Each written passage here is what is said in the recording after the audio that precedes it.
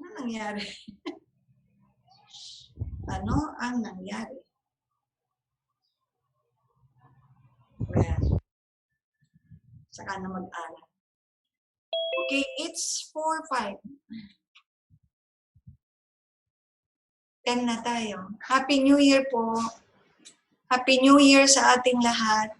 Kayo po ba ay naging mas banal ngayong Holy Week, after ng Holy Week? Hindi nyo napansin, tamang-tama itong pag-aaralan natin. The risen Christ, na buhay si Jesus. Tamang-tama. Tamang-tama yung panahon natin. Siguro mag-project ka na, Brother Tony. Nandito na sila. Pakilabas mo na.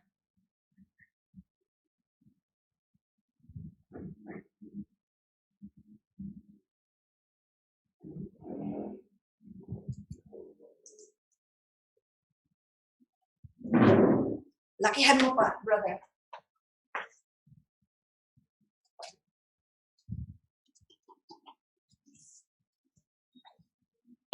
Bandang dulo. I-occupy mo yung yan. Okay, that's better. All right, good.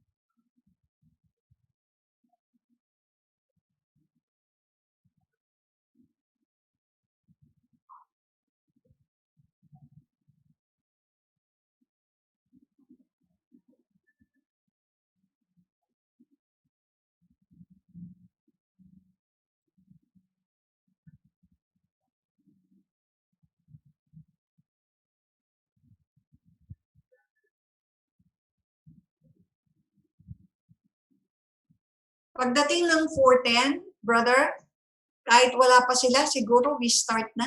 10 minutes is already enough to wait.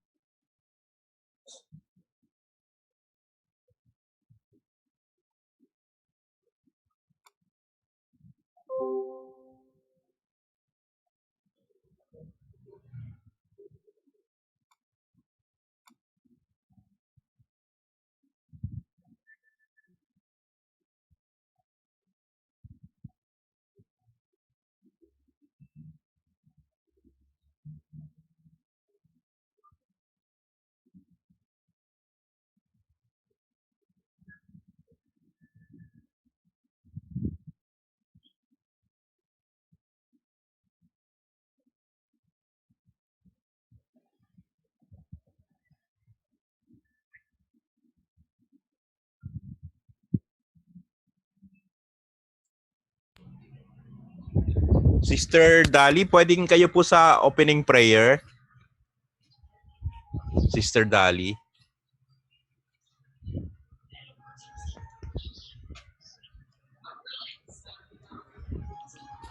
Brother Tony, driving Apo. po ako. Okay po. Driving po pala kayo. Opo. Si ano na lang po, si Brother Henry, kayo na po. Ang kinatawan ng kalalakihan.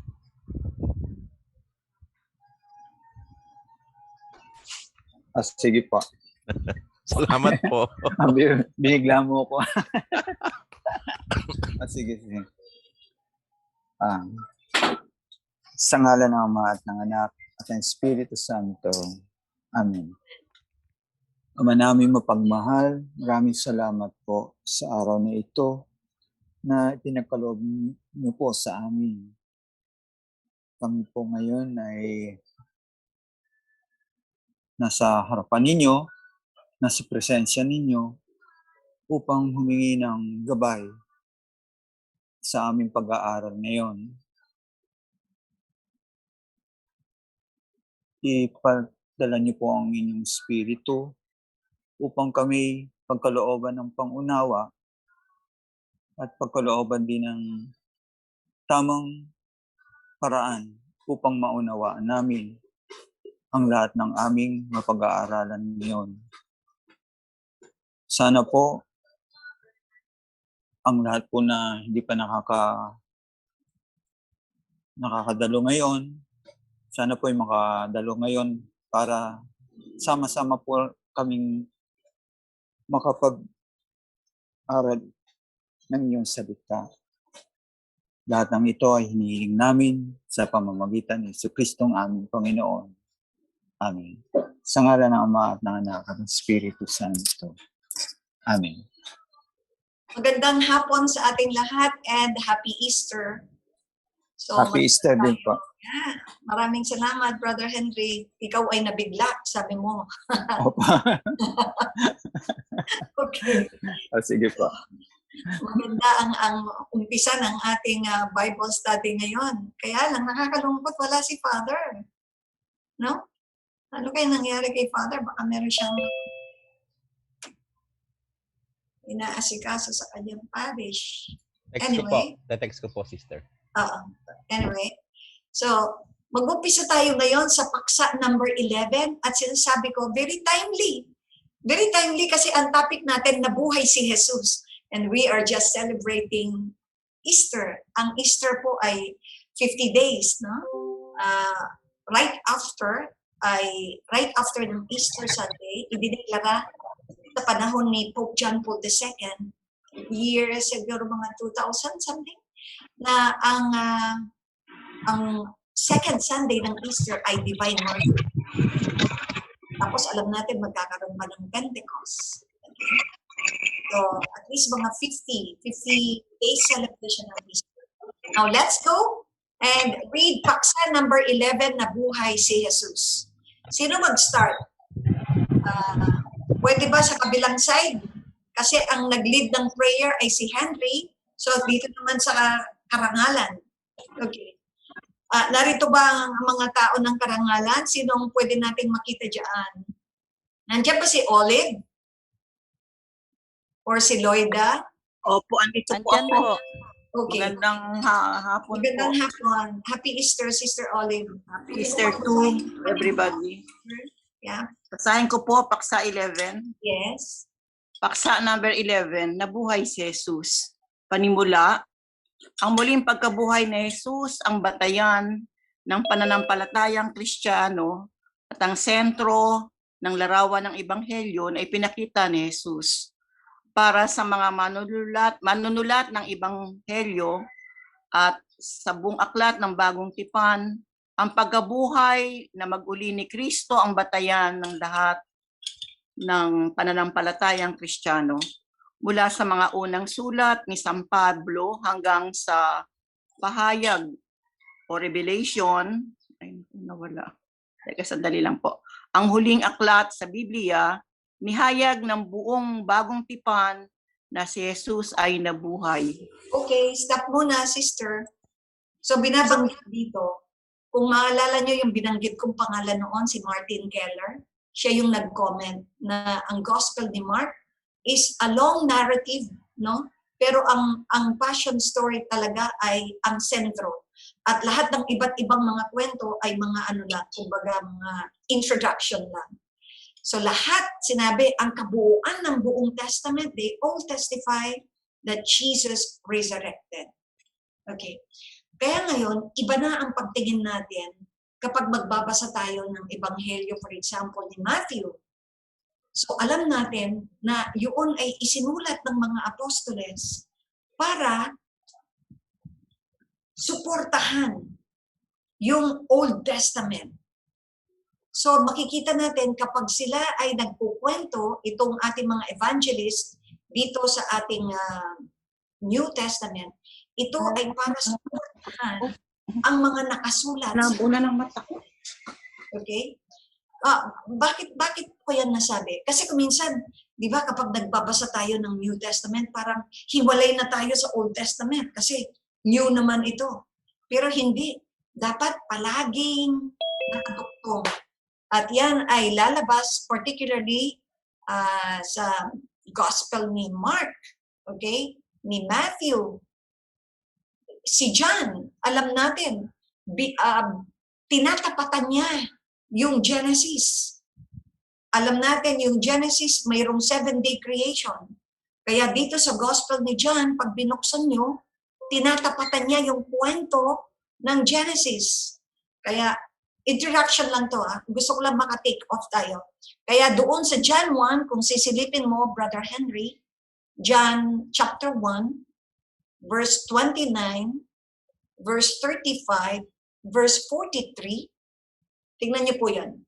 Verse 29, verse 35, verse 43 ng John chapter 1, ang binabanggit dyan ay mga araw. Tama ba? 29, kinabukasan, yun yung umpisa ng salita, kinabukasan. So, ibig sabihin, kung kinabukasan, may naunang araw, so dalawa na. 29, 35, sumunod na araw, 3 na. 43, kinabukasan, 4 na. Tapos pagdating mo sa John chapter 2, matapos ang ikalawang araw, ibig sabihin, gumagawa si John ng 7 days. Hindi niyo napansin? Tinatapatan. Tinatapatan nila. So ngayon, kapag mag-aaral na tayo ng Bible, makikita natin na tinatapatan din ni Matthew ang Genesis. At alam nyo, si Matthew, yan ang tawag sa kanya ay verbal architect. Kasi ang ginawa naman ni Matthew sa sarili niya, ang tinapatan niya ay hindi lang isang libro, kundi ang kabuuan ng Torah. Kaya makikita natin, yung introduction ni Matthew, kapag binasa niyo yung Matthew, dinivide niya yung kanyang topics into 5. Kaya makikita mo, ang sabi ng mga scholars, he is a verbal architect. Ang ganda ng pagkaayos niya. At dito kay Mark, ito yung unang-unang sinabi ko, ito ay passion story, passion narrative with a very long introduction. Kaya kapag binabanggit natin si Marcos, hindi dyan babanggitin na si Jesus ay hari. Okay? Hindi. Pero, sabi nila, idinuktog na lang yung huling part ng Gospel ni Mark kasi sabi nila, hindi balanse. Hindi binanggit ang pagiging hari ni Jesus, hindi binanggit. More on suffering servant lang siya. Okay? Bakit ko ito kailangang banggitin lahat? Kasi ang pinag-aaralan natin ay Jesus of the Scriptures. Kaya dapat alam natin kung ano ang sinasabi ng bawat aklat kay Jesus. Okay? So, sabi ni Martin Keller, it's a long passion story with a long introduction. Okay? At sabi naman ni St. Paul, somewhere, tayo daw ang kawawang-kawawa, mga Kristiyano ang kawawang-kawawa kung si Jesus ay hindi nabuhay na maguli. Kasi baliwala lahat ng ating mga pinaniwalaan kung siya ay hindi muling nabuhay. Okay? So let's continue. Sa kabilang side naman. Okay. Brother Tony, sinong pwede mong i-assign? Si Ninang Jessie po. Okay.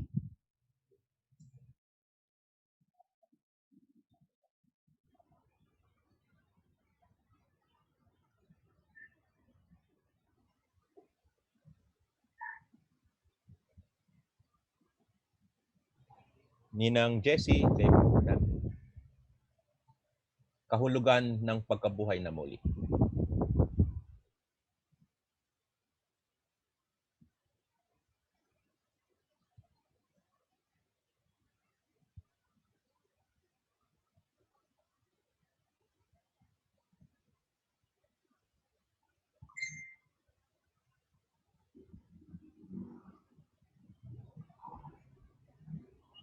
Hindi po kayo naririnig, Ninang Jessie.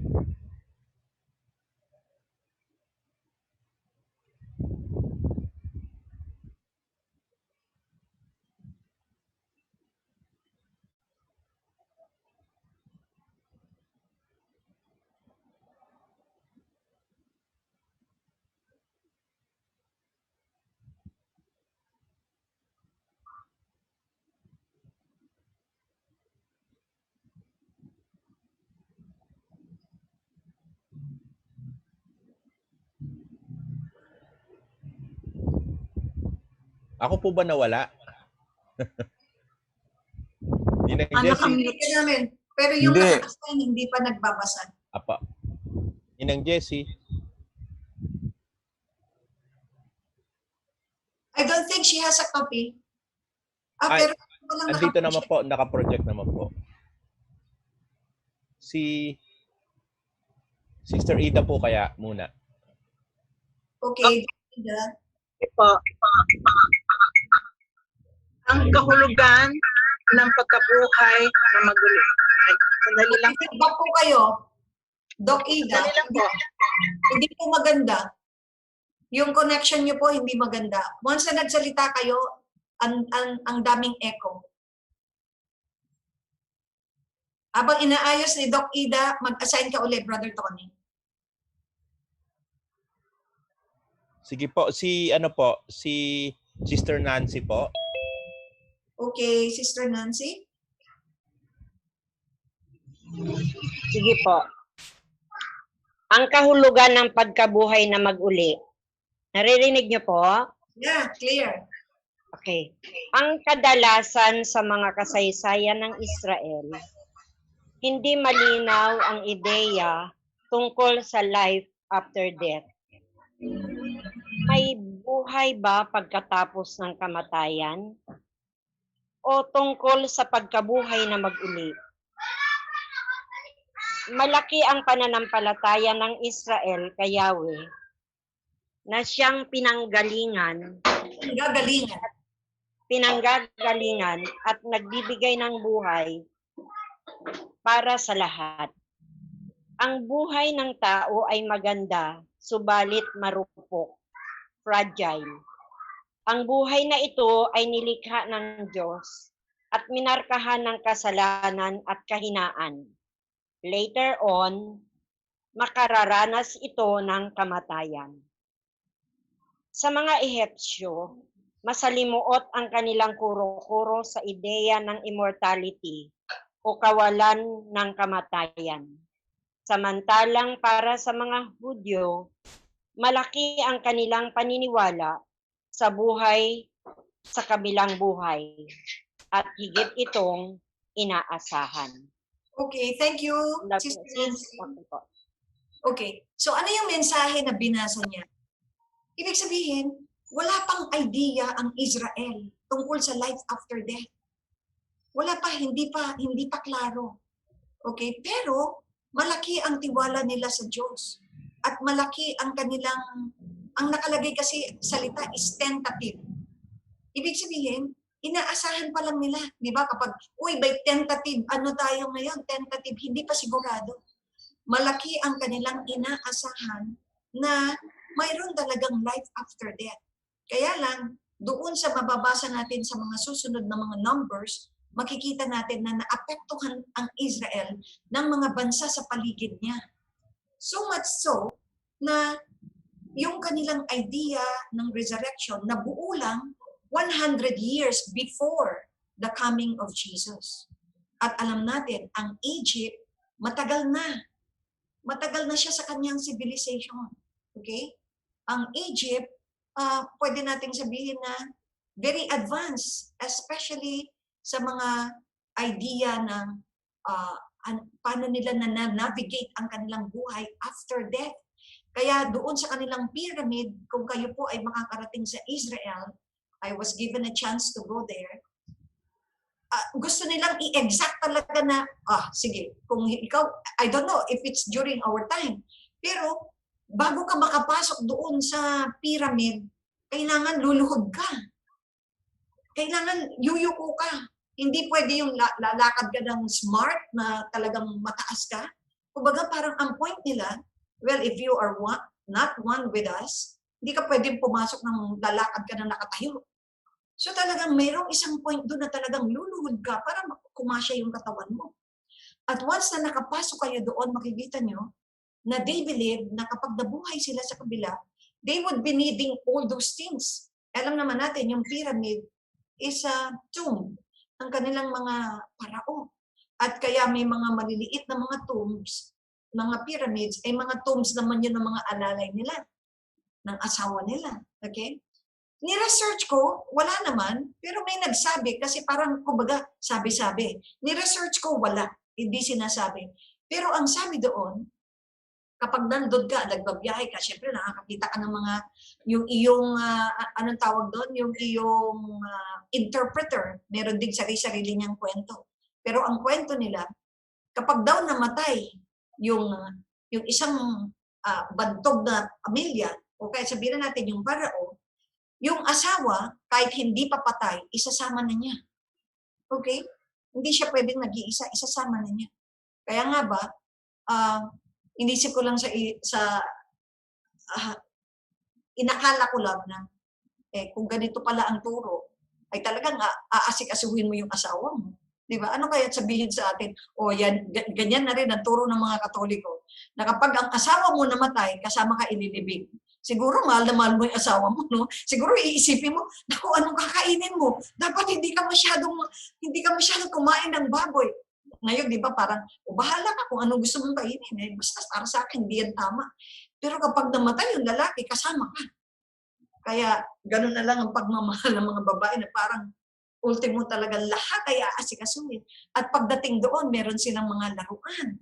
Meron silang bicycle.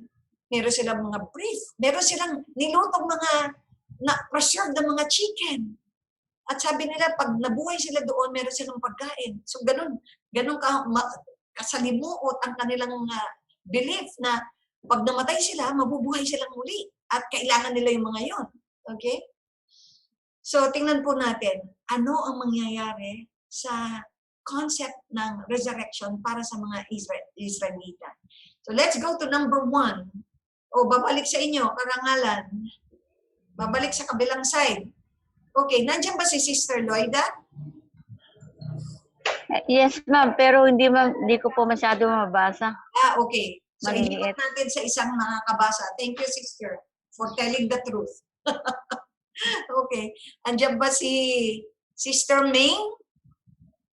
Mas malaki ba? Maganda ba ang mata ni Sister May kaysa kay Sister Loida? Opo. Okay, sige nga. Kung nababasa mo, Sister.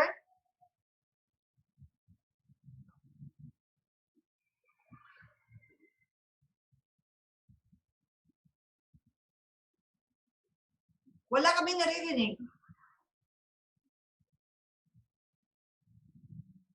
Hello. Okay, sige po. Good afternoon po sa lahat. Sir, good afternoon. Dahan-dahan na lamang at sandali po. Lakihan ko lang. Dahan-dahan na lamang at kadalasan. Dahan-dahan nga lamang. Kumbaga, yung kanilang pagkakilala sa resurrection, matagal, dahan-dahan nga lamang. Okay? Dahan-dahan nga lamang. Dahan-dahan lamang at kadalasan sa impluensya ng iba't ibang kultura na nakapaligid sa mga Hudyo, na buo ang kanilang paniniwala na tungkol sa buhay na walang hanggan. Ang ideya ng mga Grego na sa immortal na kaluluwa bilang immoral na kaluluwa bilang mahalagang sangkap ng tao ay nakaapekto sa Israel nang ang mga Grego ay dumating noong ika-3 siglo bago pa si Jesus. Okay, before Jesus. 3 centuries before Jesus. Ganon din naman ang epekto ng mga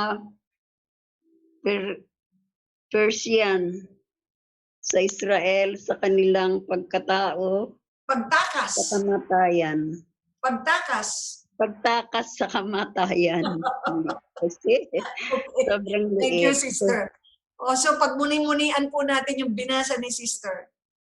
Dahan-dahan nga lamang. Pero kadalasan, yung kanilang ideya ay hindi original. Na-impluwensyahan lang sila ng mga iba't ibang kultura na nakapaligid sa kanila. Okay? Kaya, nabuo yung kanilang paniniwala tungkol sa buhay na walang hanggan. So ngayon, at least alam natin na i-influensyahan sila ng mga nakapaligid. In the same way, kung ito ba ay tinanong sa klase na ito, binanggit yung bakit yung sa Noah's Ark, may kaparehong kwento.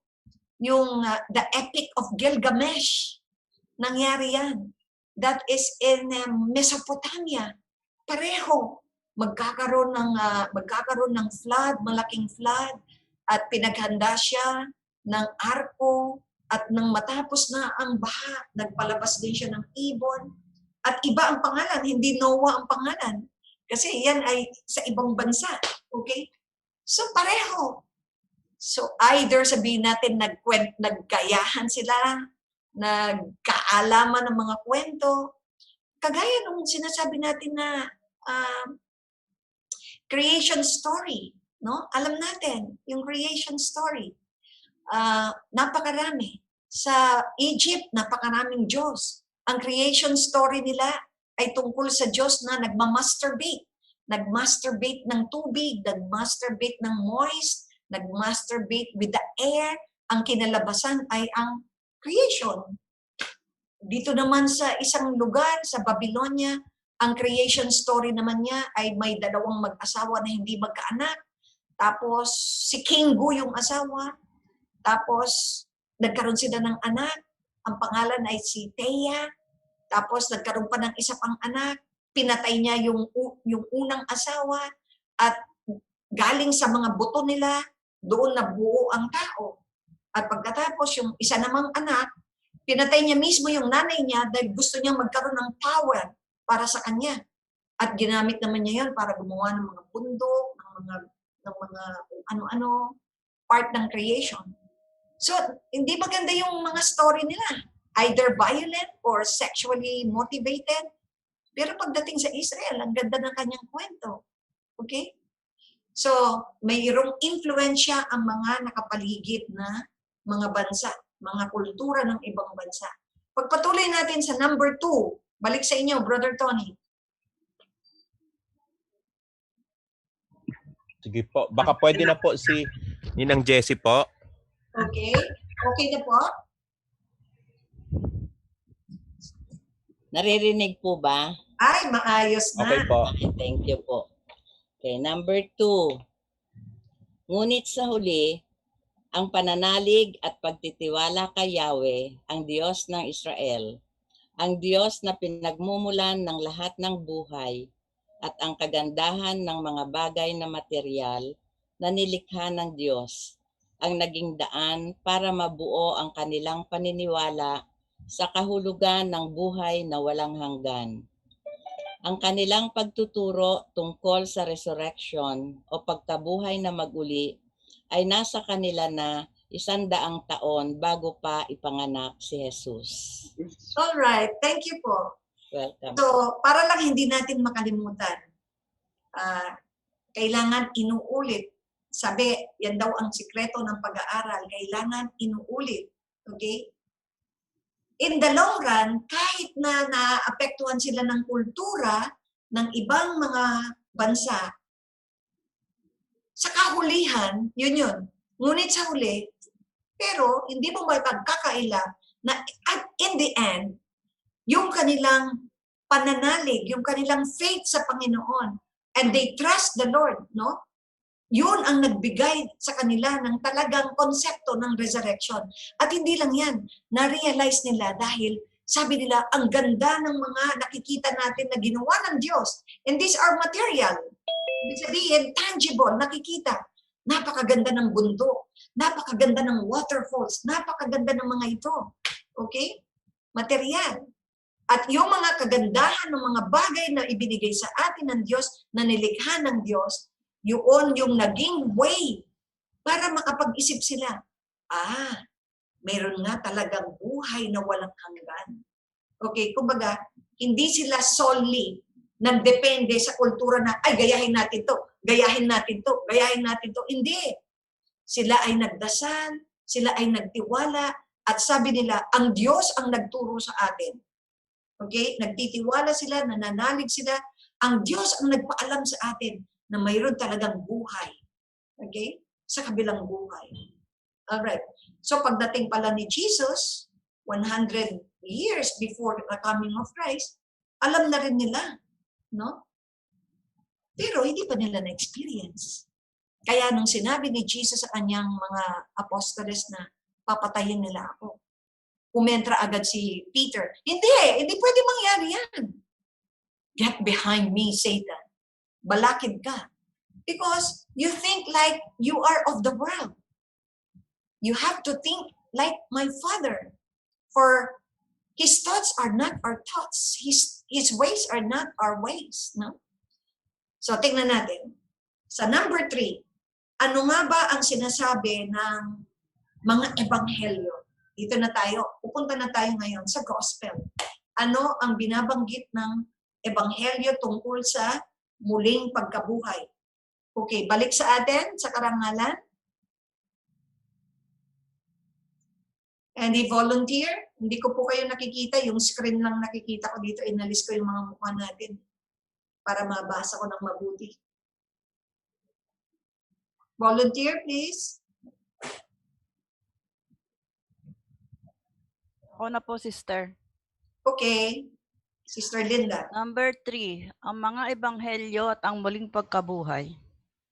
Letter A, bago natin pag-aralan ang sinasabi ng ebanghelyo tungkol sa resurrection, 2 bagay na mahalaga ang dapat muna nating malaman. Okay. Una, ang muling pagkabuhay ay hindi katulad ng resuscitation. Resurrection equals resuscitation. It's It's not resuscitation. Ang movement ay dapat pa-forward at hindi pabalik sa buhay mula sa mga patay. Ibig sabihin, ito ay isang malalim na pagbabago na magbibigay sa atin ng bagong buhay, katawan at espiritu. Okay. Binabanggit dito, thank you, sister. Binabanggit dito, kapag pinag-uusapan natin ang resurrection, ito dapat ay movement forward. Hindi pabalik. Kumbaga, ang isang tao, for example, na manginginom, tapos ay hindi faithful sa kanyang asawa, tapos maraming bisyo, pagkatapos namatay, at na-resuscitate. Okay? Anong ibig sabihin nun? Bumalik siya sa dati niyang ugali, ganun pa rin ang ugali niya, manginginom pa rin. So, yung binabanggit dito ay hindi resuscitation. Kasi kung resuscitation, ganun pa rin ang buhay niya. Walang nagbago. Pero pag sinabi nating resurrection, ibig sabihin, magbabago siya talaga. Okay? yung sinasabi natin kay Lazaro, hindi pwedeng sabihin niyang resuscitation. Kasi siniguradong patay na siya talaga. Okay? Pero, of course, he has to subject himself sa talagang pagdating ng panahon na mamamatay siya katulad ng lahat at saka magre-resurrect. Pero dito ipinakita na yung kapangyarihan ng Panginoon kaya niyang bumuhay ng patay na. Kaya talagang sinigurado na, ay, Panginoon, patay na po si Lazaro. Hayaan mo, we will stay for another day. 2 araw na siyang patay. So, nag-stay pa siya for another day. So, nung bumalik sila, it is already the 3rd day, pero sa panig nila Lazaro, ilang araw na siyang patay. 4 ng araw na siyang patay. Mabaho na siya. Okay? Kaya nung sinabi ni Jesus na, puntahan natin si Lazaro, gisingin natin siya. Sabi ng mga apostoles, tulog lang pala eh. Napakahirap magbiyahe pabalik. Kaya sinabi ni Jesus ng diretso, patay na siya. Okay? Patay na siya. Alright. At alam natin, si Lazaro ngayon ay nasa France. Okay? Siya ay namatay somewhere in Marseille. At mayroong isang cathedral in his name. At siya ay naging isang obispo. Ang nakakatawa, nung mamatay si Lazaro at binuhay siya muli ni Jesus, malapit na rin palang mamatay si Jesus during that time. It will just take weeks or a month at namatay na rin si Jesus. Pero during that time na nagpapatotoo yung mga tao, ibig sabihin, hindi lahat nakakaalam ng balita na nabuhay ni Jesus si Lazaro. Kasi yan ang trabaho ng mga witnesses. Tayo, we are witnesses. Being what? Baptized Christians. We should witness to Jesus as risen. No? Ang sabi ng Diyos ni Jesus, blessed are those who have not seen me and yet believe in me. By the virtue of our baptism, we are supposed to be another Christ. We have to proclaim that Jesus is God. Makikita sa ating buhay, sa ating pag-iisip, sa ating pagdidesisyon, sa ating pakikisalamuha sa tao na, bakit siya ganun? Bakit si brother ganyan? Bakit ganun sila? Bakit ang sabahan ng mga Kristiyano ay ganyan sila magmahalan? Ano yung sabi ni Jesus? By the love that you have for one another, people outside will know that you are mine, that you are my disciples. No? Kaya yung resuscitation is different. Ang resuscitation, kapag ikaw ay nabuhay, nandun ka pa rin sa dati mong buhay. Hindi ganun ang resurrection. Dahil kapag yun din nga lang ang ibig sabihin ng resurrection, hindi ito dapat pa-backward. Ganun pa rin ang buhay niya. So hindi yan resurrection. Resurrection would be a change in body and spirit. Okay? Number 2, Sister Linda. Number 2. Kasi ang pinag-uusapan natin ay may dalawa na dapat muna nating malaman bago natin i-discuss ang resurrection. Ibig sabihin, number 1, hindi siya resuscitation. And then, Ikalawa, ang pagkabuhay na muli ay mangyayari sa bawat isa sa atin. Ito ang hahantungan ng kasaysayan ng tao. Ito ang pangwakas na gagawin ng Diyos sa sangkatauhan. Dito ko sinasabi na ito yung final ni Lazaro. Kasi yan ang pupuntahan natin. Lahat tayo. Okay? Kaya kung kayo man po ay nakakaramdam ng paghihirap sa ngayon, huwag niyong ipagpalit ang ating paghihirap para lang sa konting sandali ng saya, para lang sa konting sandali ng pagsikat, para lang sa konting sandali na makakain ka, manloloko ka, mag-iisa ka, magnanakaw ka, magko-corrupt ka. Sayang. Sayang yung naghahantay sa atin. Okay. Will you please open, Sister Linda, and to the others, your Bible on John 14, verse 3.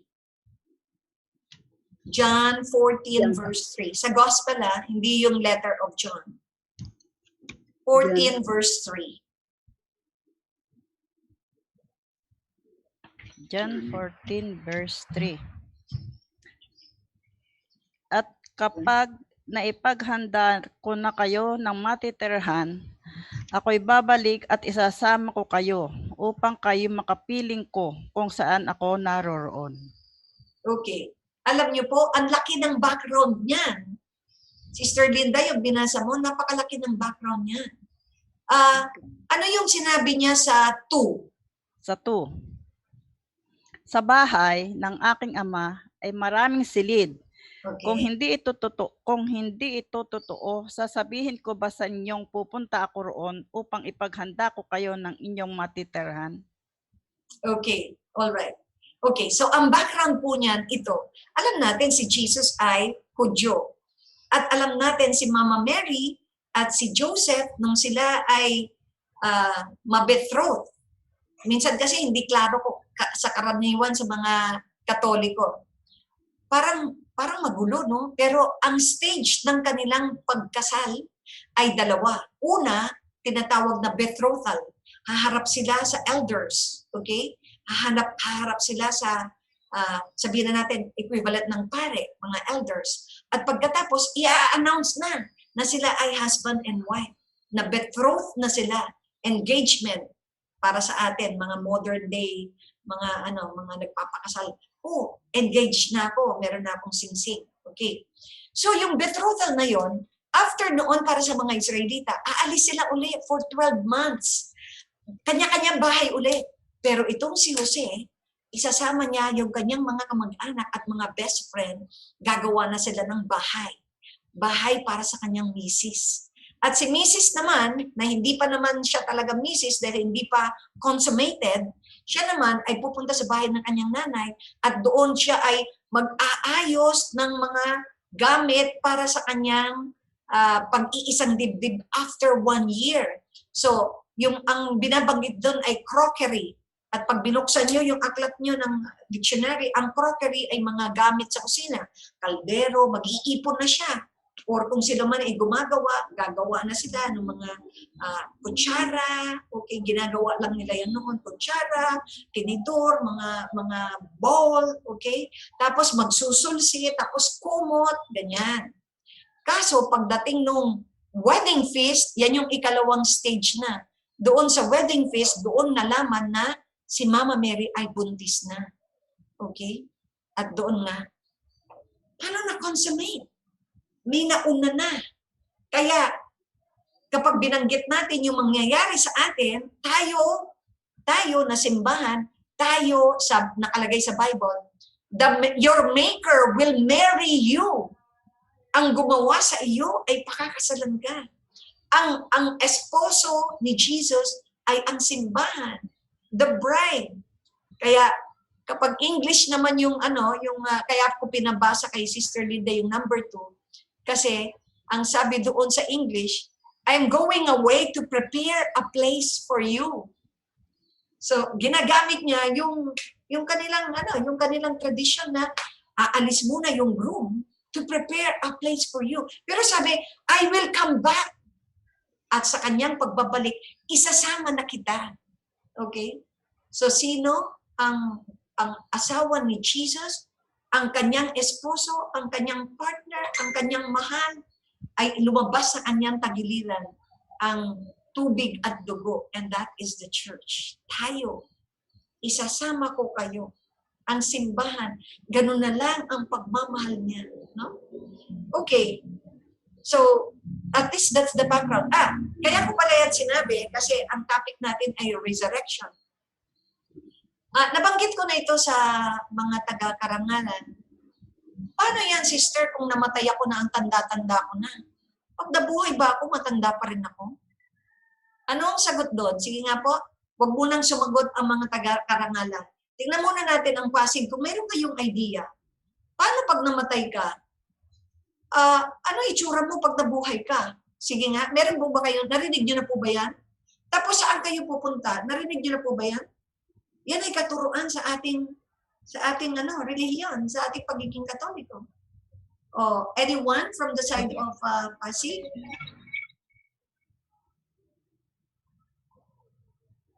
Ano pa rin? Nag-echo po kayo. Nag-echo. Ayan, wala na. Wala na, sister. Pwede na. Dokida, pwede na. Hello? Yan, okay.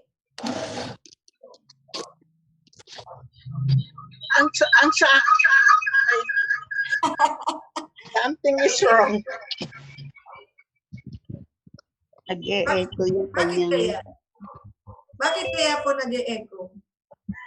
Kasi hindi ko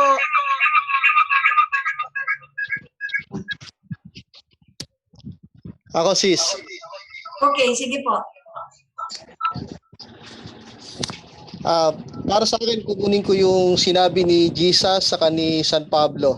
Okay. Kung ano nangyari sa atin kapag namatay na tayo. Okay. Kay Jesus, yung tinanong siya dyan regarding do sa yung sinabi, yung tinanong siya ng isa na sino yung magiging asawa kapag namatay na dahil pitong Yung pito. sabi ni Jesus, maling-mali kayo sa kung ano mangyayari sa inyo. Sabi niya, pag namatay na tayo, magiging mga anghel tayo sa langit. Kumbaga wala nang mag-aasawahan. So wala na rin yung ano doon, yung bata ka o matanda ka, magbabago yung anyo natin, magiging spiritual. Ngayon si San Pablo, may sinulat siya regarding din sa ganyan kasi sabi niya may nagpakita, may nagsabi raw, meron siya nabalitaan na nakapunta raw sa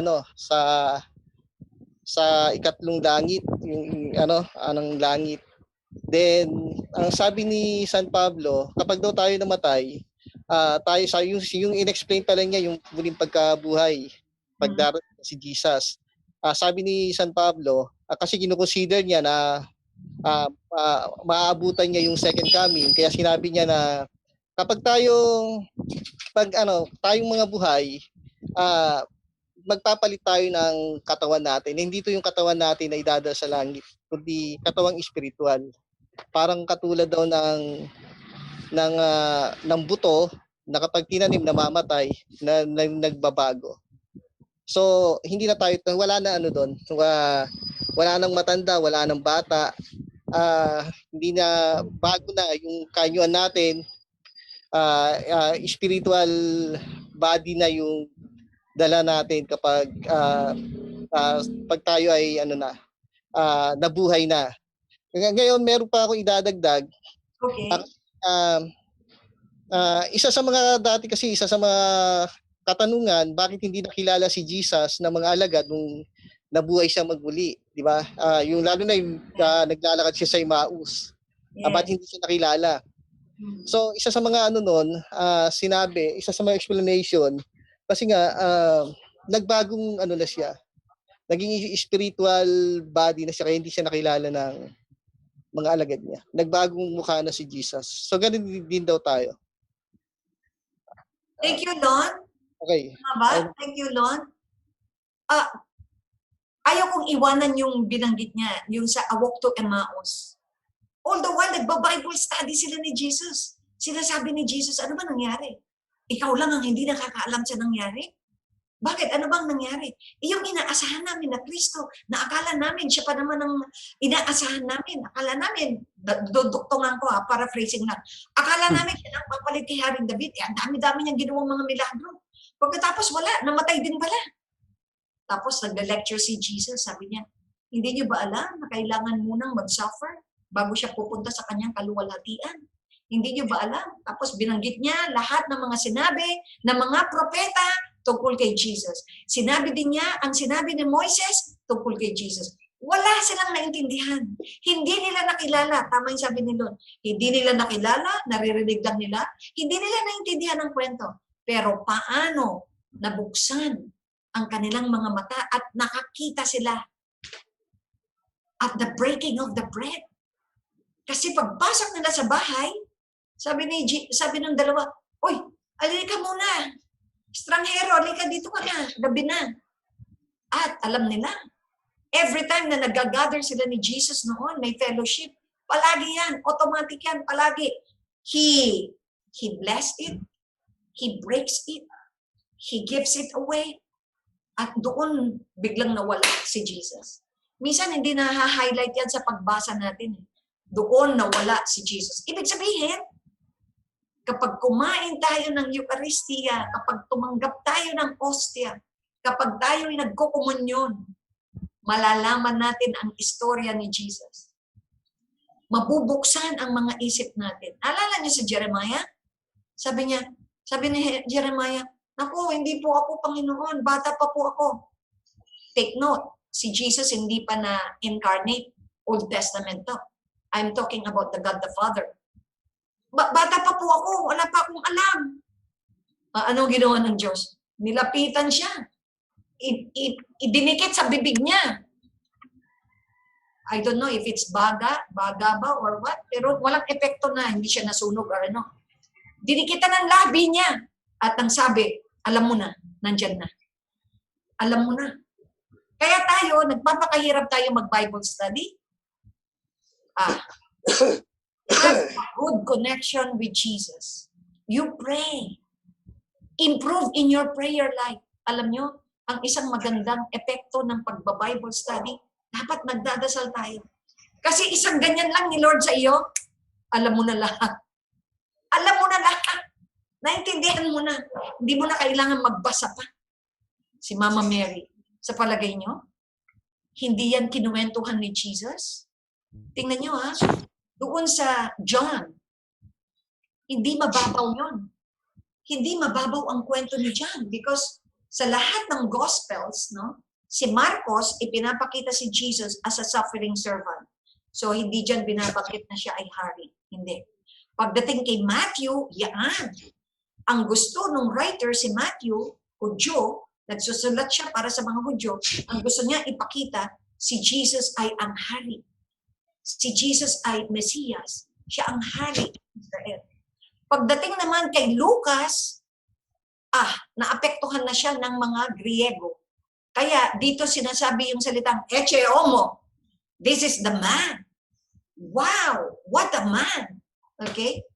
Kaya dito, ipinapakita ang pagkatao ni Jesus, very gentle.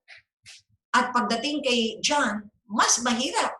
Kasi this is the spiritual gospel. Kaya pag pumunta tayo dyan, pag inisa-isa natin, which will be at the latter part after all this, makikita nyo talaga, wow, Jesus really is God. Kaya yung binabanggit ni Lon, tama. Pero, ang binabanggit sa ating Apostles' Creed, babalik yung ating katawan. Kasi, naapektuhan na tayo kung minsan ng mga philosophers like Cicero, Plato, Socrates. They also believe in souls, no? At alam natin, nauna pa yung mga tao na yan bago si Jesus. Bago si Jesus naging tao. Meron ng Plato. Bago si Jesus naging tao, nandiyan na yung mga Romano. Di ba? Okay, nandiyan na sila, Alexander the Great. Okay? Pero, ang point, ang sabi ng mga apostoles, at si Jesus mismo ang nagsabi, and I believe in the resurrection of the body and life everlasting. So si Jesus, nung umakyat siya sa langit, hindi niya iniwan yung katawan niya. Dala-dala niya yung katawan niya. Kaya, yung nandoon sa langit ay tatlo. I'm sorry? Dalawang klase. Okay?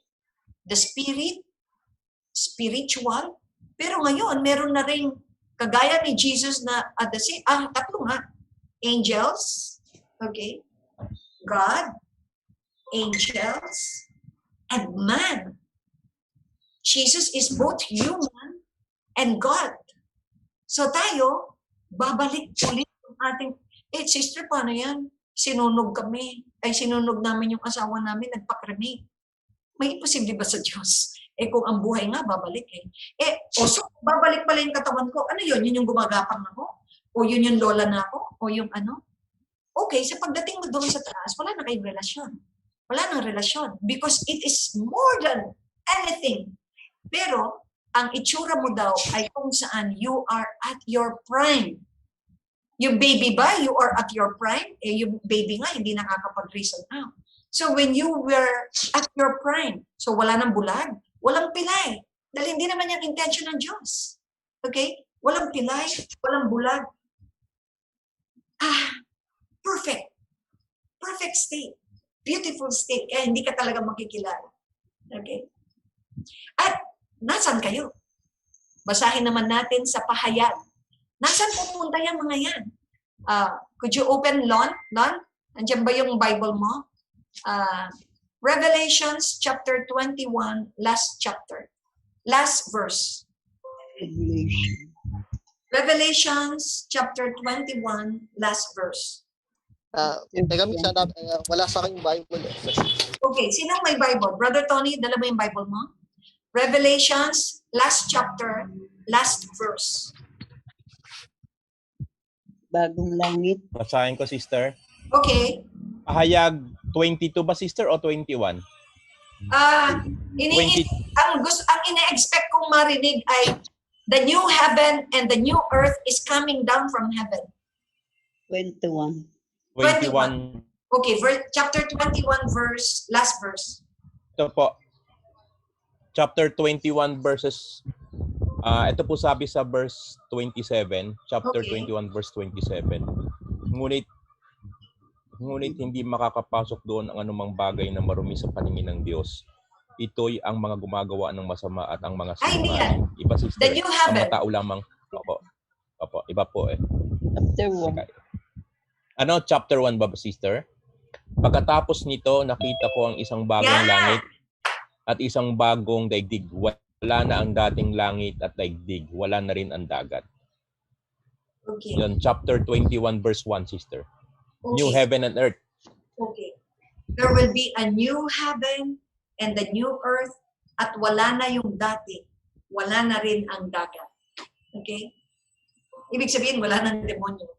Kasi at the start, alam natin na it is the abode of the devil. And that's the reason why Jesus walked in the water para ipakita niya na I have power over this. Okay? Pati yung unos. Sister, kasama na natin si Father pala, sister. Naka-join na sa atin si Hello, Father. Father. Happy Easter po. Happy Easter naman. Okay. Happy Easter din.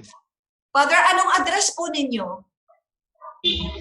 Ngayon, nandito pa ako sa Tipas. Sa Tipas, makikita na yan pag sinabi kong dambana ni San Juan. Opo. I'll be sending you 5 dozens of antorium. Red, white antorium para sa altar, para sa Blessed Sacrament. Parang hindi yan ata. Ano po? Wala naman ganyan. Hindi po, papadalan ko kayo after nito. I will send you 5 dozens ng antorium. Kasi gagaling lang ni Jan sa Baguio, ang dami niyang mga flowers na dala. Wow, maganda yun. Pero damba ng kawayan. Damba ng kawayan. Yeah. Yes, Tipas. dahil pag kasi St. John lang magkatabi kaming yung sa Aglipa yung isa eh. Wala na silang Father Paul. Walang Father Paul doon. Gandang hapon po. Hello. Opo. Okay, so let's continue. Okay, Thank you, sister. Father. Opo. Okay, letter B na tayo. Thank you, Lon, sa iyong insight. Let's go to letter B. Kaninong court na to? Sa Pasig or sa Karangalan? Sister Judith muna, sister. Okay, Sister Nag-repeat Judith. ba kay Sir Ida eh? Hello po. Narinig niyo na po ako. Yep, naririnig ka namin. Okay. Letter B po. Ang mga ulat sa Ebanghelyo tungkol sa muling pagbubuhay ay may dalawang pangunahing anyo. Ang isa ay ang pagkatuklas ng wala ng laman ang libingan at ang ikalawa ay ang pagpapakita ni Kristo na muling nabuhay sa kanyang mga alagad. Ni isa sa mga Ebanghelyo, walang nagsulat kung paano ang detalye ng muling pagkabuhay ni Jesus. Ang epekto lamang nito sa mga alagad na kanyang pinagpakitaan ang ating mababasa. In other words, the proof of the resurrection of Jesus are the one empty tomb 2 appearances of Jesus.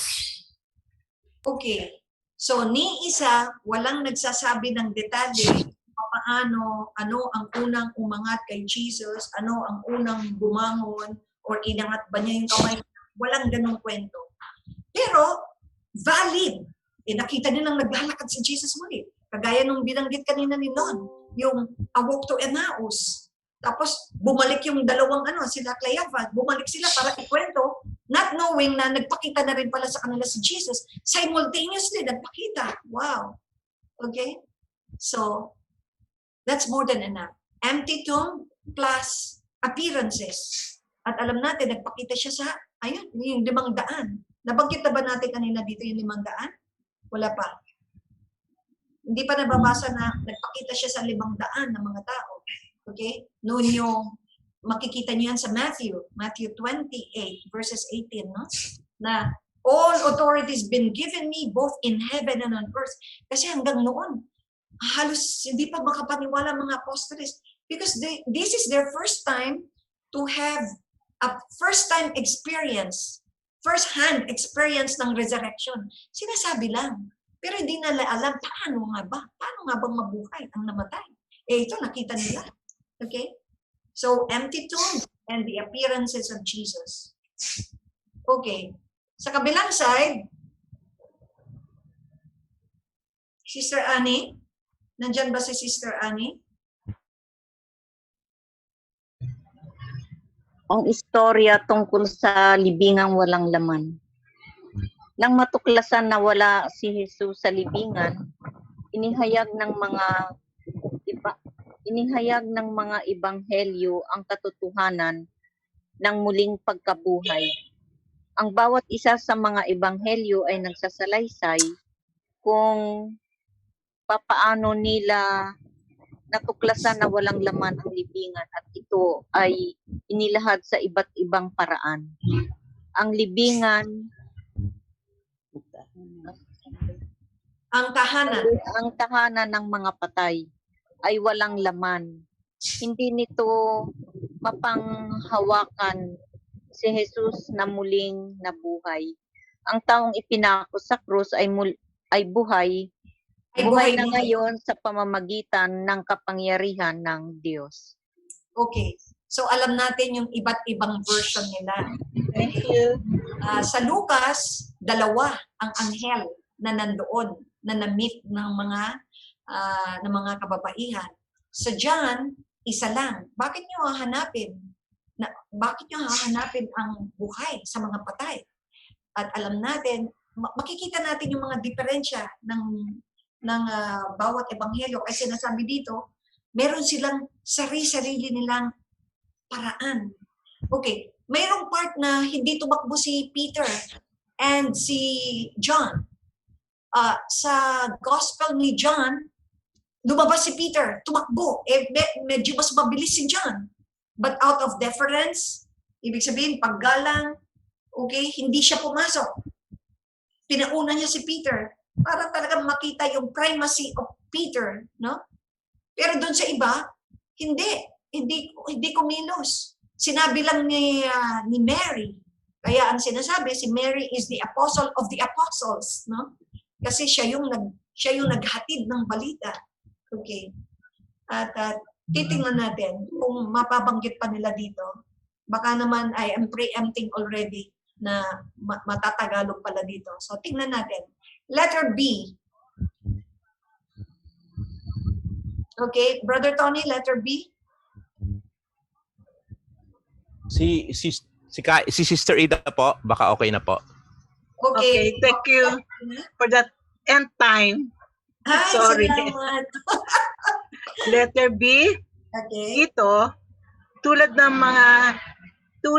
sa mga salaysay ng ebanghelyo, ang mga ebanghelista ay magkakaiba sa kanilang estilo at natatanging mga kwento ng pagpapakita ni Jesus sa kanyang mga alagad. Ang bawat isa sa mga kwentong ito ay katangi-tangi at maganda.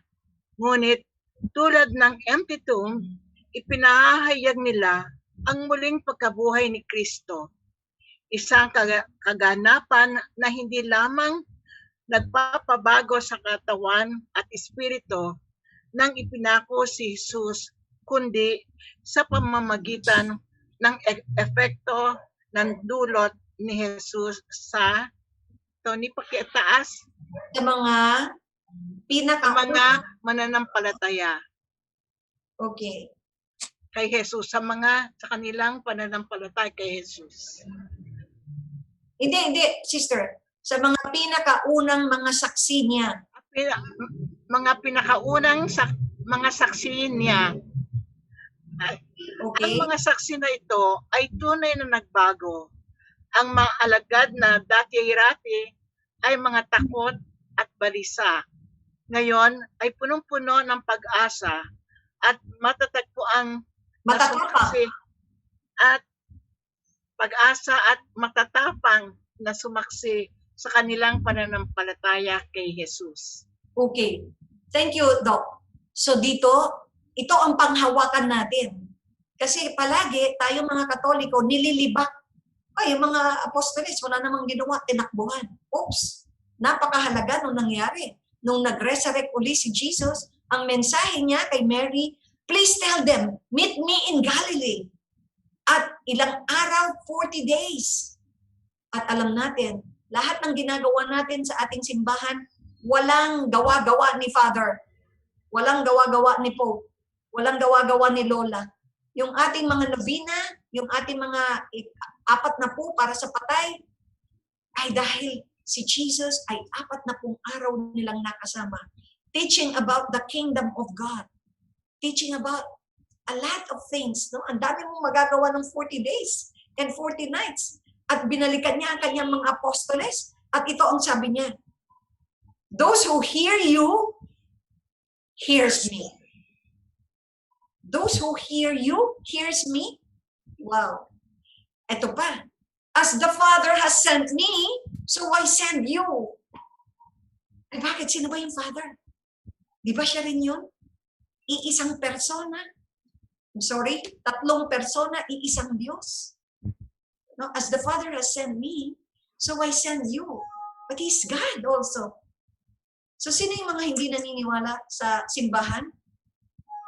Nakakalungkot. Hindi rin sila naniniwala sa Diyos. Bakit? Binaliwala nila eh. Kaya nga, pwedeng magkaroon na simbahan na walang Bible, pero hindi pwedeng, Bible lang tayo ha, sola scriptura lang, walang simbahan dito, walang simbahan. Hindi pwede yun. Because if we really believe that Jesus founded the church, you should love the church. Merong isang pare na pinatahimik, no? Dati, kapanahonan ng Vatican, before Vatican II. I don't think if it's Jesuit. Ang pangalan niya si Yves Congar. Yves Congar. Alam niya ni Father Matilas. And then, anong nangyari? Sumulat siya ng libro. This church that I love. He submits himself. Kung kailangan tumahimik, tumahimik. Pero pagdating naman ng Vatican II, isa siya sa mga prime writers. No? Yves Congar. Alright. So, maganda, bago tayo pumunta sa conclusion, ibababa muna ni, sige, para hindi na natin ibabalik ulit. Conclusion muna, pagkatapos meron akong small sharing at magdodrawing ako dito sa whiteboard. Para lang for you to realize what I'm saying about people who disregard the church. Okay, let's go to conclusion. Medyo mahaba yung conclusion, pero mas magandang isang tao lang magbabasa nito. Brother Tony, pwede mo nang basahin. Ikaw na. Conclusion. Nawala? Nawala si... Wala si brother. Sabi ko pa naman, ang haba Sister. Okay, brother. Ako na magbabasa, sister. Okay, conclusion. Conclusion. Ano ang mensahe ng muling pagkabuhay ni Jesus? Direct sister. Una sa lahat, pinatunayan ng Diyos kung sino si Jesus at kung ano ang kanyang layunin. habang ang kanyang mga kalaban sa pamamagitan ng pagkapako sa krus ay naghahangad na sabihin ang katagang no to Jesus and His mission. Sa pagkabuhay na muli ni Jesus, ang sagot ng Diyos ay yes to Jesus sa kanyang pagtuturo, sa kanyang misyon ng pagpapagaling at pagiging mahabagin. Okay. Number 2. Number 2, pangalawa, ang mga kwento sa muling pagkabuhay ay nagpapahayag ng tagumpay sa kamatayan. Si Jesus ay totoong buhay. Ang mga ulat ng Ebanghelyo ay malinaw na ang risen Jesus, siya yung naglakad sa kalsada ng Galilea, kumain kasama ng kanyang mga alagad at kilala sila ni Jesus sa kanilang pangalan. Maari nilang ilagay ang kanilang daliri sa kanyang mga sugat.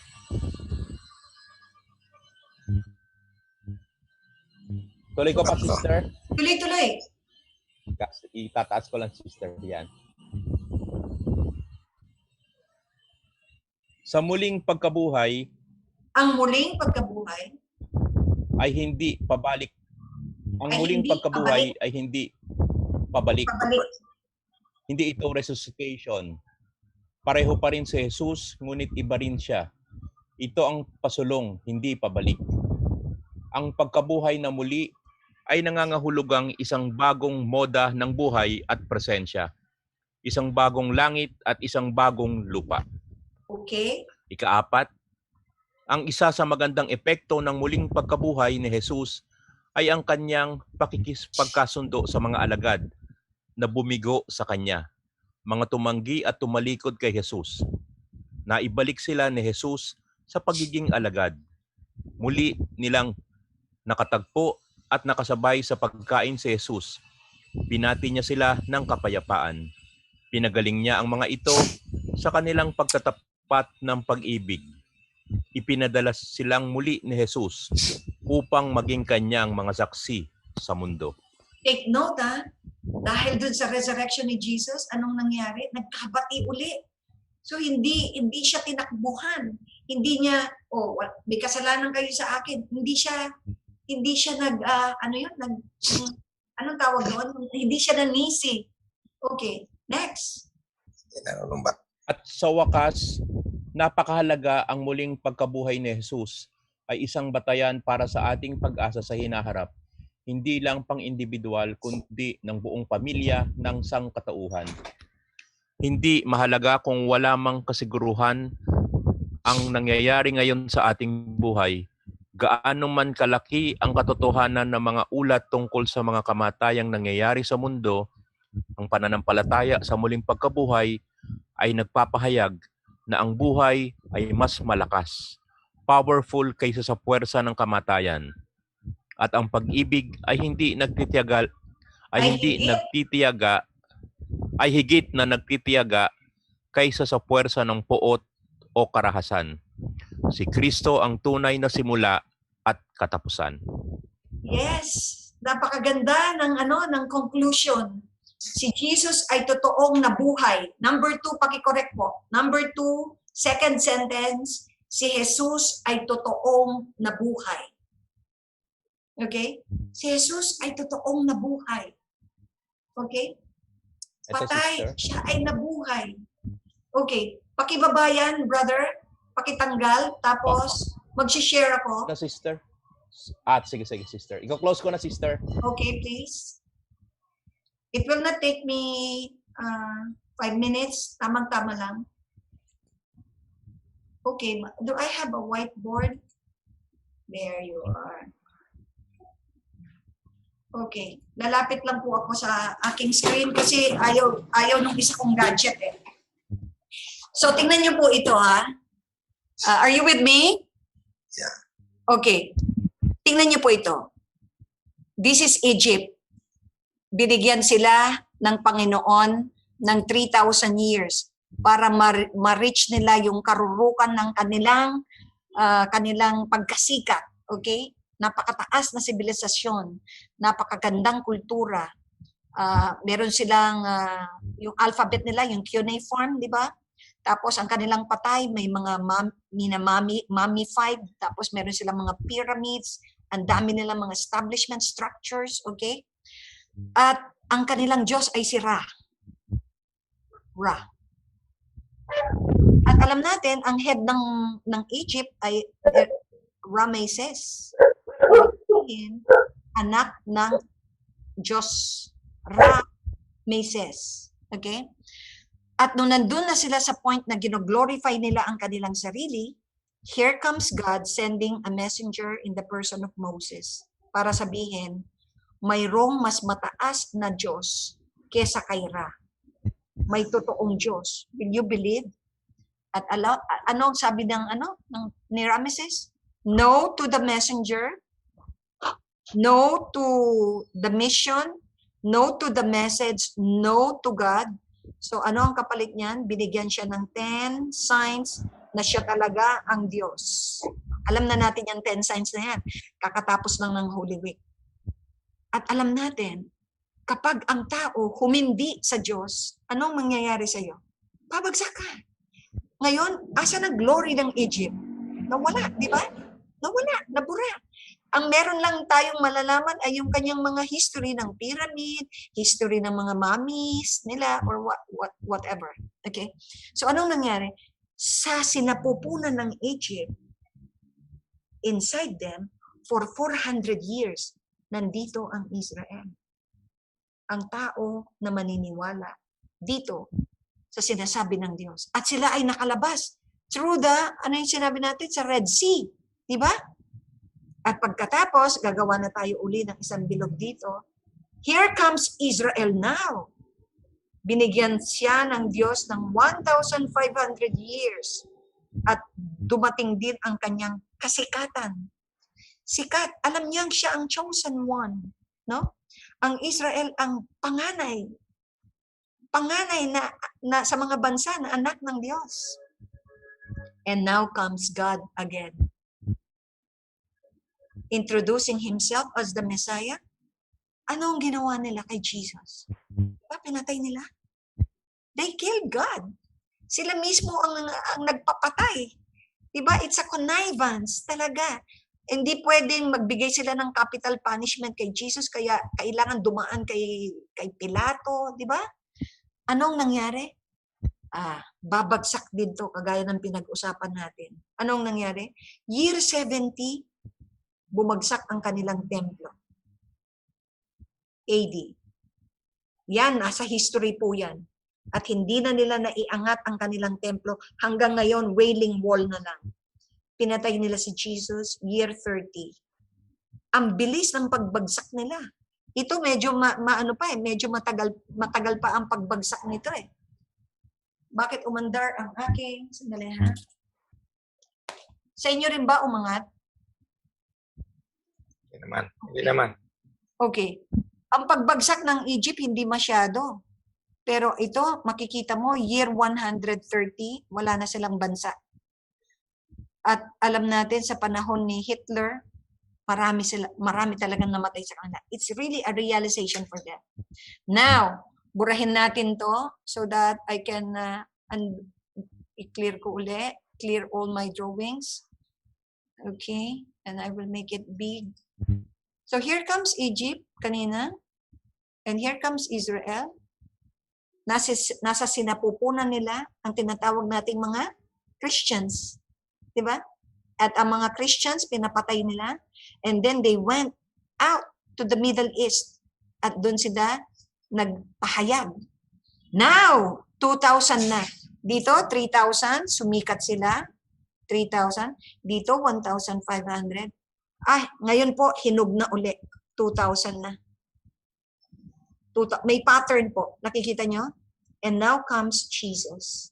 And now He is telling people, will you believe? At marami, mga leaders, mga nasa kongreso na nagsasabi, no to the crucifix, no to Jesus, no! So alam na natin mangyayari, di ba? Nakikita niyo po kumbaga parang may pattern tayong makikita. When Egypt said no to God, Israel said no to Jesus, and now here comes Jesus endorsing himself to an institution and saying, if you those who hear you, hears me, and here they are saying, we don't believe. We don't believe. We don't believe in the church. Okay? So ngayon po, expect. Kasi kung ang Egypt nabigyan ng 3,000 years, tapos ang Israel sa 1,500 siya ay naging sikat.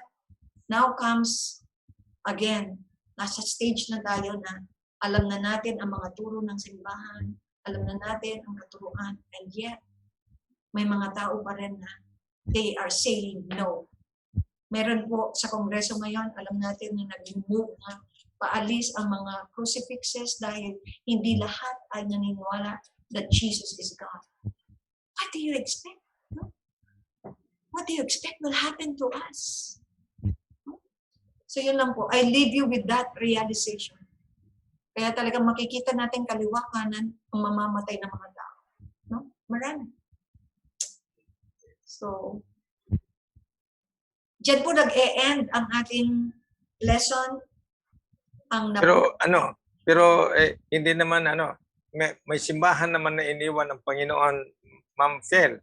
Yes, may iniwan pong simbahan, pero may mga tao hindi tumatanggap sa simbahan. Pero may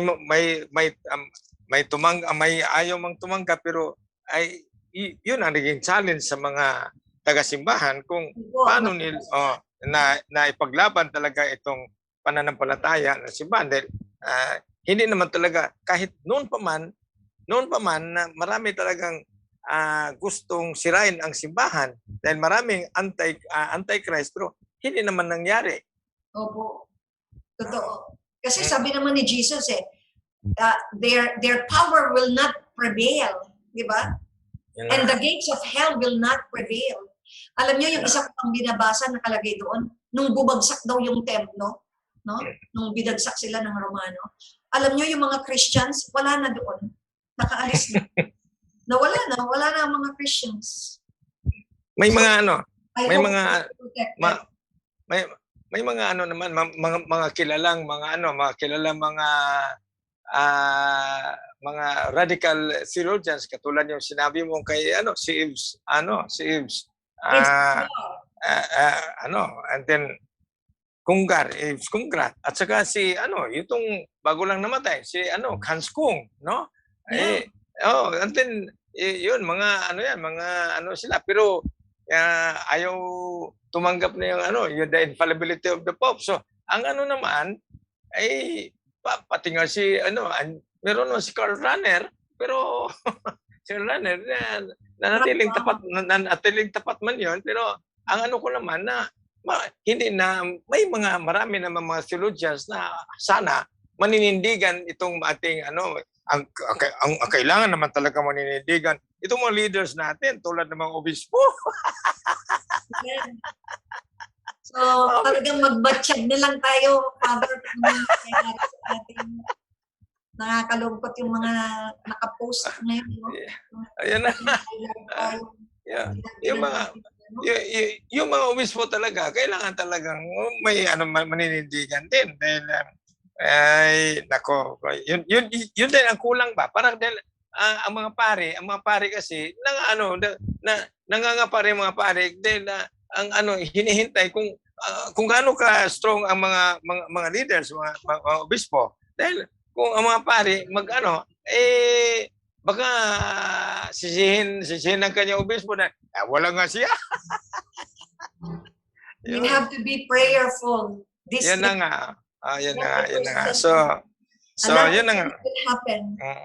So ang ko naman na lagi naman tayong nagdasal ang simbahan.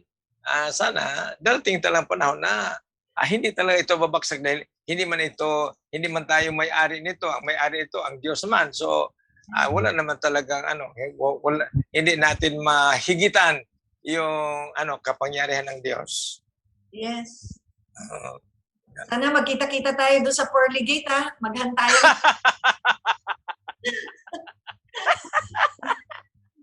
Kung sino man mauna sa atin, ihantay na lang kami.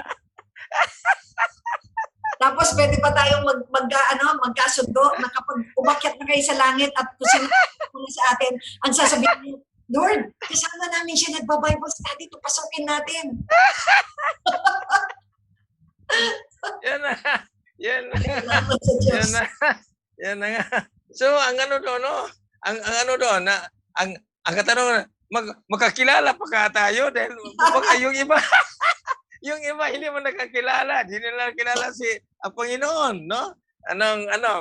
Siguro, kung ang lahat na siguro magkaparehas ng may bagong buhay na talaga, ay magkakilala siguro. Pero ang hindi lang si magkakilala, yung muling nabuhay at saka yung hindi pa namatay, ay baka hindi magkakilala. Nako, paano yan, Father? Hindi ka na maglalakad ng ganyan kasi di ba nadisgrasya ka lang sa motor? Yun na nga, yun na.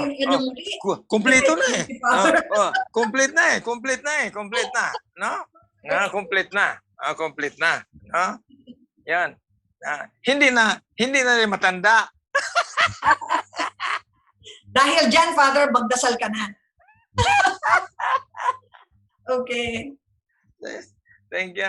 So, baka may magsalita, iba. Kayo po, may gusto bang mag-reflect ang kanyang pananaw? Brother Henry. Bakit nawala si Brother Henry dito sa slide? Hindi mo, nandito po ako. Okay. Yung pinag-uusapan niyo po yung tungkol sa end time? Yes. Aba. Dito po sa Romans chapter 11:25. Meron pong sinabi dito eh. Ano yun? Ito, mga kapatid, isang hiwaga nais kong malaman ninyo upang hindi maging mataas ang palagay ninyo sa inyong sarili. Ang pagmamatigas ng Israel ay pansamantala. Tatagal lamang iyon hanggang sa mabuo na ang takdang bilang ng lahat ng mga hintil na lalapit sa Diyos. Yun po yung binanggit ni San Pablo. Yung numbers ng mga Gentiles na papasok doon sa kaharian niya o sa church, gano'n. Pag nabuo na po yung numbers na yon, maliligtas din po yung mga Israelita kasi ang sinabi dito, kapag nangyari yon, maliligtas ang buong Israel tulad ng nasusulat. Magmumula sa Sion ang tagapagligtas, papawiin niya ang kasamaan sa lahi ni Jacob. Yun po yung talaga naman ni Jesus sila eh, di ba? Opo. Sabi nga niya, di ba, I come here for the Israelites. No? Opo. Pero sabi ng babae, kahit naman po mga aso, nakakakain sa mga mumu na nalalaglag. Di ba? My mission is for the lost sons of Israel. Okay. Yeah. Balik pa rin na chapter 11 to 25 to 28. Yes. O dire-diretso po. Yeah. Yung po yung sa English, medyo maganda-ganda po yung explanation. Oo nga. Actually, alam mo, ang kalaban lang naman talaga ni Jesus ay yung mga Judean authority. Kaya dapat hindi daw ilalahat yung Hudyo. Later na lang binigyan ng definition ng Hudyo. Pero dapat ang tawag sa kanila ay Judaioi or Judaiorum, kung plural. Yun yung INRI. Yes, Nazarenos Rex Iodoram, King of the Jews. Pero yung Hudyo, in-apply para sa lahat. Pero dapat, ang ano lang niya, yung mga Judeo. Meron po ngayon sa napapanood ko sa YouTube, nagsisimula na ng maniwala ang mga Hudyo kay Jesus. Sana. Ang ginagamit po nilang Old Testament ay yung aklat ni Isaiah chapter 52 yata. Yung suffering nung Messiah na dadating. Tapos pinapaliwanag nila yung mga naniniwala ngayon kay Jesus sa mga Hudyo ngayon na kung sino yung nag-suffer. Yeah. Ay ngayon, kokonti pa lang po yata sila ngayon. Baka nasa 3,000 pa lang. Pero dumadami na po ngayon. Dapat naman malula sila.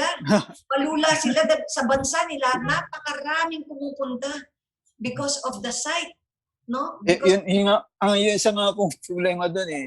Hudyo si Jesus pero hindi nila kinikilala si Jesus. Yun nga po ang medyo... Tapos nagtitinda-tinda sila ng mga rosary. Yung pala, hindi naman pa sila naniniwala kay Jesus. Nakakatawa nga eh. Punta kami sa mga tindahan. Tapos yung pala, hindi sila naniniwala kay Jesus, pero pinagkakakitaan niya lahat ng mga Kristiyano. Kaya doon, nare-realize nila, nagbabago sila eh. Pati nga yung isa naming, yung interpreter, nag-turn Catholic eh. Nagpabaptize kay Father. Oo, sa ilang beses niyang nakasama yung mga nagbabago ang tingin nila eh. So maraming nagbago rin. Totoo naman, maraming nagbago ng mga Hudyo. Well, anyway, Father, thank you, Brother Ray. So, malaking hamon ito para sa amin dito dahil malaking malawak ang mission pa namin dito dahil marami pa kasing mga dito maraming relihiyon dito sa aming lugar. So, kailangan talagang hindi naman pwede itong pabayaan ni Lord. So, kailangan talaga ito. This is mission area ng mga taga-Tipas, no, na sana maging magkakaisa ang lahat, no. So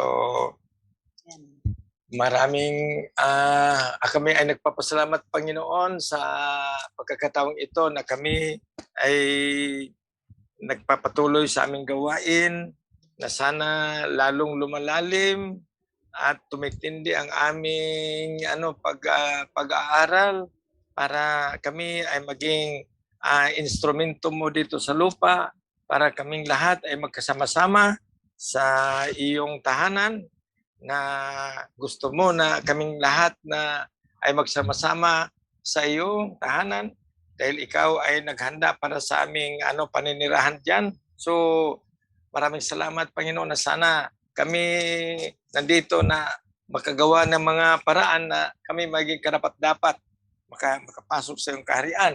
So yun ang dala na ang aming pag-aaral dito na sana kami ay maging tunay mong instrumento na kami ay maging matapat sa aming gawain.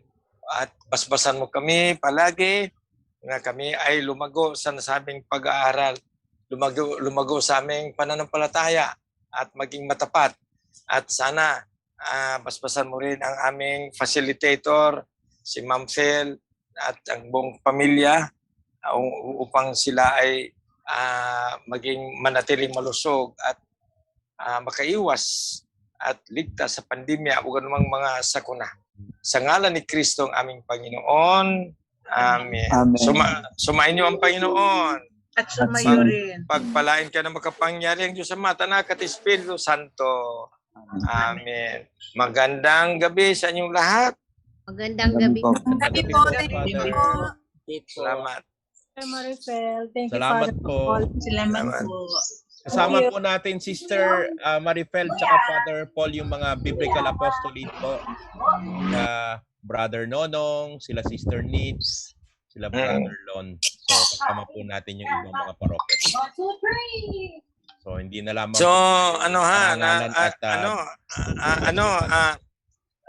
Brad Tony, klaruhin mo na yung team sa team sa Catholic Faith Defenders para mabigyan kayo ng orientation ni Ma'am Phil.